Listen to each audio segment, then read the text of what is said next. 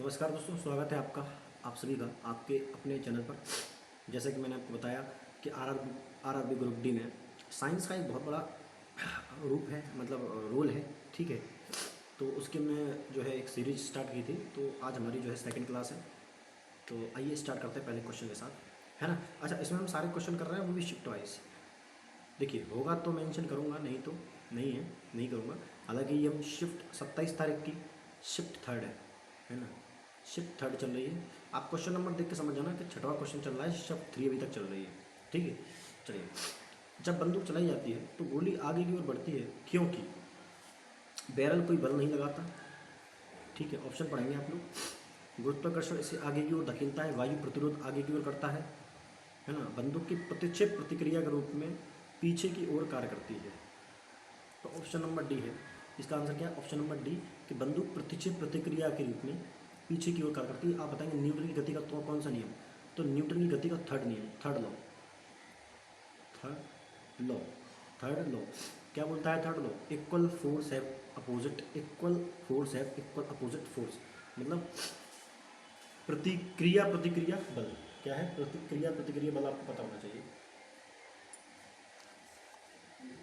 है ना।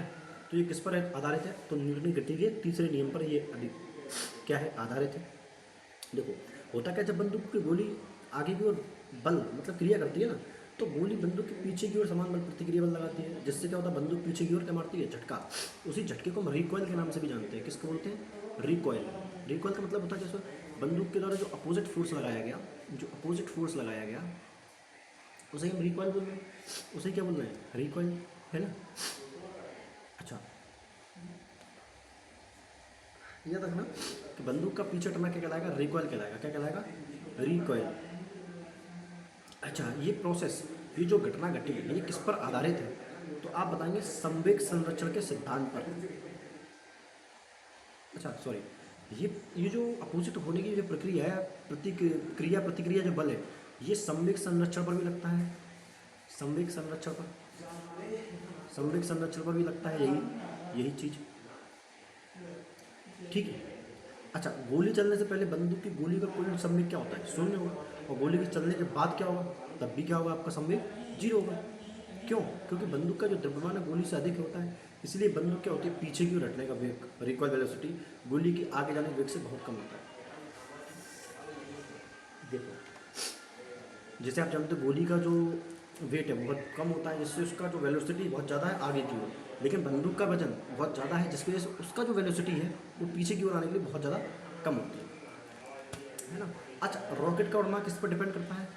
Rocket, rocket तो ये भी रॉकेट किस सिद्धांत पर काम करता है?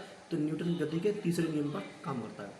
नाव के किनारे से जब कोई व्यक्ति नाव से आगे कूदता है जमीन की ओर, तो नाव पीछे की ओर हटती है, वो भी किस पर काम करता है? न्यूटन की गति का तीसरा नियम। कुएं से जब पानी पानी निकाल रहे हैं, क्योंकि रस्सी टूट गई, क्योंकि अपन अपन ऊपर की ओर बल लगा रहे हैं और पानी की बाल्टी नीचे की ओर बल लगा रही है ना। तो क्रिया प्रतिक्रिया बल हो रहा है। तो ये भी क्या है? अपने न्यूटन की गति का तीसरा नियम। जेट विमान भी न्यूटन की गति के तीसरे नियम पर काम करते हैं। समझ में आया कि नहीं आया?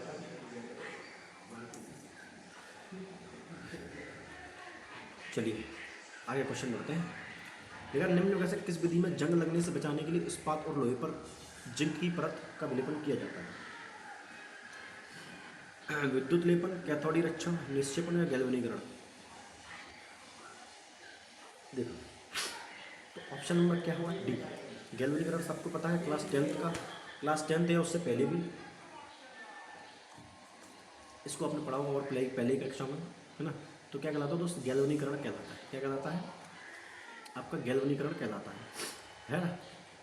जो लोहा हुआ, स्टील हुआ, उनसे इन पर क्या करते हैं कि जो पिघला हुआ जस्ता होता है, उस पिघली हुई जस्ती की परत चढ़ाई जाती है, जिससे क्या होता है? जो नमी आती है वो इसके ऊपर रह जाती है और ये खुद ही खराब हो जाता है, लेकिन लोहा जो है आपका सेफ बच जाता है। ठीक है। अच्छा, जंग लगने की जो प्रोसेस है, जो जंग लगने की जो प्रोसेस है वो क्या है? एक ऑक्सीडेशन प्रोसेस है। क्या है? एक ऑक्सीडेशन, ऑक्सीडेशन प्रोसेस है। और ये एक रेडॉक्स अभिक्रिया भी है। ये क्या है? एक रेडॉक्स रेडॉक्स रिएक्शन भी है। क्या है? एक रेडॉक्स अभिक्रिया भी है। अच्छा, जंग का जो फॉर्मूला होता है, जंग का फॉर्मूला वो क्या होता है Fe2O3.XH2O, है ना। इसे हम हाइड्रेटेड आयरन ऑक्साइड भी बोलते हैं। क्या बोलते हैं? हाइड्रेटेड आयरन ऑक्साइड भी इसे कहा जाता है। क्या जाता है? Hydrated iron oxide. अच्छा, जंग लगती क्यों है? तो ऑक्सीजन और नमी दोनों की उपस्थिति होना अनिवार्य है, तभी क्या होगा आपको जंग लगती है। अच्छा, आपसे क्वेश्चन पूछा, जंग लगने पर जो वजन है, जंग लगने पर जो वेट है लोहे का, WEIGST, जो वेट है वो क्या होता है? वेट बढ़ता है। जंग लगने पर जो लोहे का वेट है वो क्या होता है? बढ़ता है। अच्छा, यदि आपसे ये बात करें विद्युत लेपन की, इसको बोलते हैं इलेक्ट्रोप्लेटिंग। क्या बोलते हैं? इलेक्ट्रोप्लेटिंग। इलेक्ट्रोप्लेटिंग क्या होता है? इलेक्ट्रोप्लेटिंग पर क्या होता है कि अन्य धातु को बचाया जाता है इलेक्ट्रोप्लेटिंग करके, है ना। इलेक्ट्रिक की मदद से लेपन किया जाता है किसी भी अन्य धातु पर बचाने के लिए, है ना। अच्छा, आपने सुना होगा स्टेनलेस स्टील, सुना है? स्टेनलेस स्टील, स्टेनलेस स्टील पे जंग नहीं लगती। क्यों? क्योंकि इसको बनाने में दो मेटल्स का यूज़ किया जाता है, एक तो क्रोमियम, तो दूसरा क्या होता है? निकेल। क्या होता है? क्रोमियम और निकेल का प्रयोग किया जाता है, जिससे क्या होता है इसमें जंग नहीं लगती है। क्या नहीं होता? जंग नहीं लगती है। अच्छा, चलिए नेक्स्ट क्वेश्चन की ओर बढ़ते हैं। सामान्य किस पोषी स्तर पर जीवों की संख्या सबसे कम होती है? प्राथमिक उपभोक्ता, तृतीय उपभोक्ता, उत्पादक या द्वितीयक उपभोक्ता? तो आंसर क्या होगा आपका? तृतीय उपभोक्ता। कौन होंगे आपके तृतीय उपभोक्ता? अच्छा, खाद्य पिरामिड के बारे में जानते हो? तो खाद्य पिरामिड में सबसे पहले तृतीय उपभोक्ता, फिर द्वितीय उपभोक्ता, ऐसे चलता है उल्टा ही, ऐसे ऐसे चलता है। यहाँ आपके थर्ड तृतीय उपभोक्ता होते हैं, फिर आपके द्वितीय उपभोक्ता होते हैं, फिर प्राथमिक उपभोक्ता होते हैं, और सबसे नीचे आते हैं उत्पादक। क्या होते हैं? सबसे नीचे क्या आते हैं आपके? उत्पादक। ठीक है। अच्छा, जीवों की संख्या बताऊँ। जीवों की संख्या ऊपर जाने पर घटती है, यानी सबसे कम आपसे पूछूं जीवों की संख्या किसकी किन की होगी, तो आप बताइए सर, तृतीय उपभोक्ता की संख्या, जीवों की संख्या जो है सबसे कम होगी इस पृथ्वी पर, है ना। अच्छा, अच्छा, जो ऊर्जा का प्रवाह है वो कैसा होता है? तो ऊर्जा का प्रवाह है जो है वो यूनि डायरेक्शनल होता है। याद रखना, कैसा होता है? यूनि डायरेक्शनल, मतलब एक ही साइड चलता है। यानी जो ऊर्जा है, एनर्जी, वो डाउन टू अप चलती है ना, नीचे से ऊपर की ओर चलेगी। लेकिन कितनी जाएगी? तो एक स्तर से दूसरे स्तर में केवल 10% ऊर्जा ही जा पाती है। एक स्तर से दूसरे स्तर में क्या होता है? केवल कितनी ऊर्जा स्थानांतरित होती है? तो आप बताएंगे केवल 10%। केवल कितनी? 10%। अच्छा, उत्पादक कौन होते हैं? जो प्रथम स्तर पर कौन होते हैं? तो आप बताएंगे सर, उत्पादक होते हैं जो हरे पौधे हैं।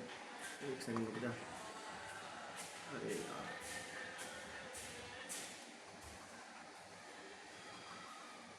उत्पादक कौन होते हैं? जो हरे पौधे होते हैं। हरे पौधे जो प्रथम स्तर के होते हैं। क्या होते हैं? जो प्रथम हरे पौधे।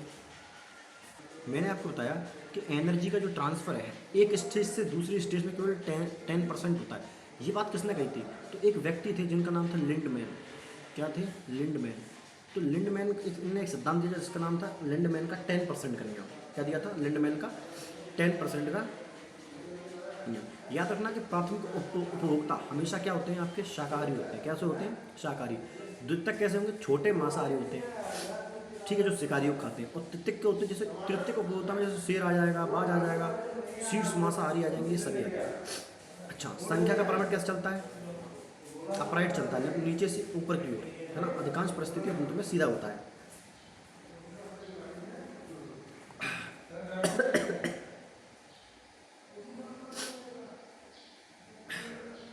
अच्छा, आगे देखेंगे, ऊर्जा का पिरामिड कैसा होता है? हमेशा सीधा होता है। ऊर्जा का पिरामिड कैसा होता है? हमेशा सीधा होता है। इस बात को हमेशा याद रखना है, ठीक है।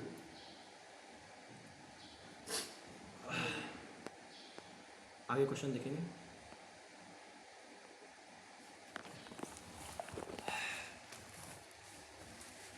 कि निम्नलिखित में से निम्नलिखित में मानव रोग सेक्सुअल एक्ट के दौरान संचरित हो सकता है? मधुमेह, कैंसर, प्रोटॉन ऊर्जा कुपोषण या उपार्जित प्रतिरक्षा न्यूनतम संलक्षण। तो इसका आंसर क्या होगा दोस्त? ये होगा ऑप्शन नंबर डी, उपार्जित प्रतिरक्षा न्यूनतम संलक्षण। ये क्या है दोस्त? ये कुछ नहीं, ये एड्स है। ये क्या है? एड्स है। क्या है आपका? एड्स। एड्स का इंग्लिश में क्या नाम होता है? एक्वायर्ड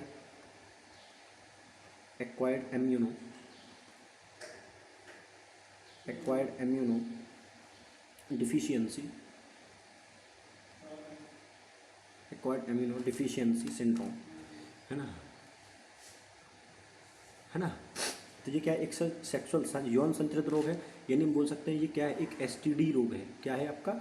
एक एसटीडी रोग है, यौन संचरित रोग है, जो किससे होता है? एचआईवी वायरस की वजह से। किसकी वजह से? एचआईवी वायरस की वजह से होता है। किसकी वजह से होता है दोस्त? एचआईवी वायरस की वजह से होता है। अच्छा, ज़रूरी नहीं है कि सेक्सुअल कॉन्टैक्ट से ही फैले।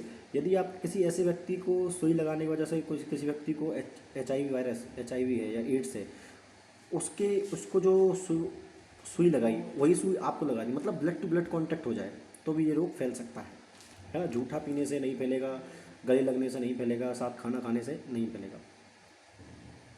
ठीक है। अच्छा, एचआईवी का फुल फॉर्म आपको पता है? ह्यूमन इम्यूनो डिफिशियंसी वायरस होता है। एचआईवी का फुल फॉर्म भी जानो, ह्यूमन, है ना? ह्यूमन इम्यूनो डिफिशियंसी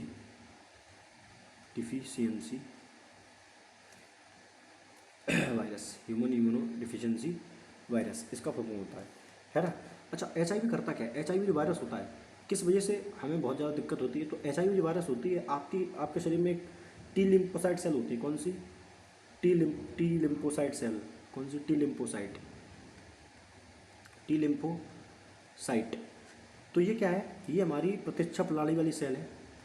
प्रतिरक्षा प्रणाली वाली सेल है।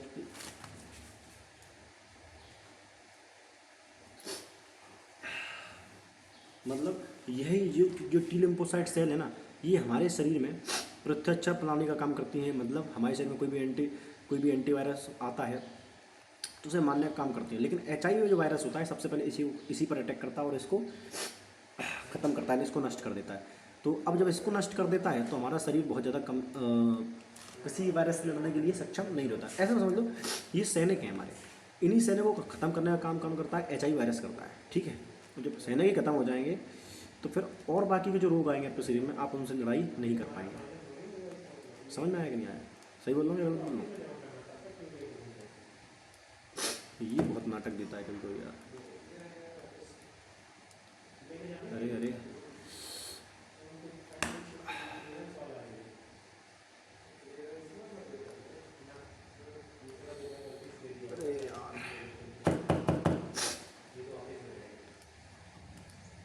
एक सेकंड रुकिए, थोड़ा तो मुझे दिक्कत हो जाती है इस वजह से। चलिए। अच्छा, एड्स की जांच के लिए एक टेस्ट होता है जिसका नाम होता है एलिसा टेस्ट। क्या होता है? ELISA test. एलिसा का फुल फॉर्म क्या होता है? एंजाइम लिंक्ड इम्यूनो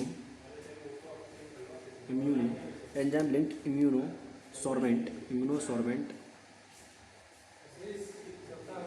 ऐसे। ठीक है।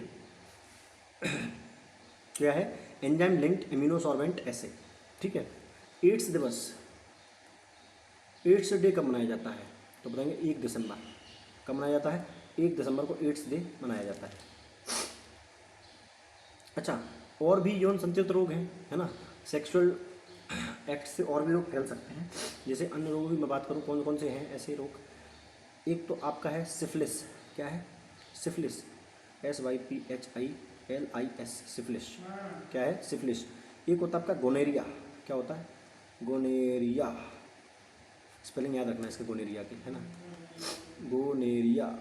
एक मिनट, हिंदी तो आप सभी जान ही लेंगे ना, हिंदी में भी यही नाम है, याद रखना। चलिए, और कुछ है क्या? हाँ, मधुमेह। अच्छा, मधुमेह के बारे में जान दो। मधुमेह दे रखा है, तो मधुमेह किसकी वजह से होता है? तो मधुमेह जो होता है आपका, एक इंसुलिन हार्मोन आपके शरीर में होता है। कौन सा हार्मोन होता है? Insulin hormone. तो इंसुलिन हार्मोन की कमी के कारण होता है आपका डायबिटीज़, है ना। अच्छा, प्रोटीन के रोग की बात करूँ, प्रोटीन से दो रोग होते हैं प्रोटीन की कमी से। एक तो बच्चों में होता है, जो बच्चों में रोग होता है वो होता है क्वाशियोरकर। क्या होता है? Kwashiorkor, kwashiorkor. एक एडल्ट में होता है।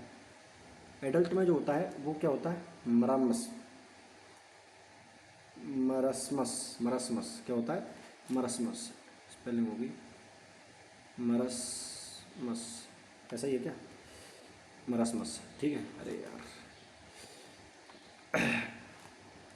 MARASMUS, ऐसे ये होता है, ठीक है। चलिए, तो मिलते हैं अगली क्लास में, तब तक के लिए धन्यवाद, जय हिंद।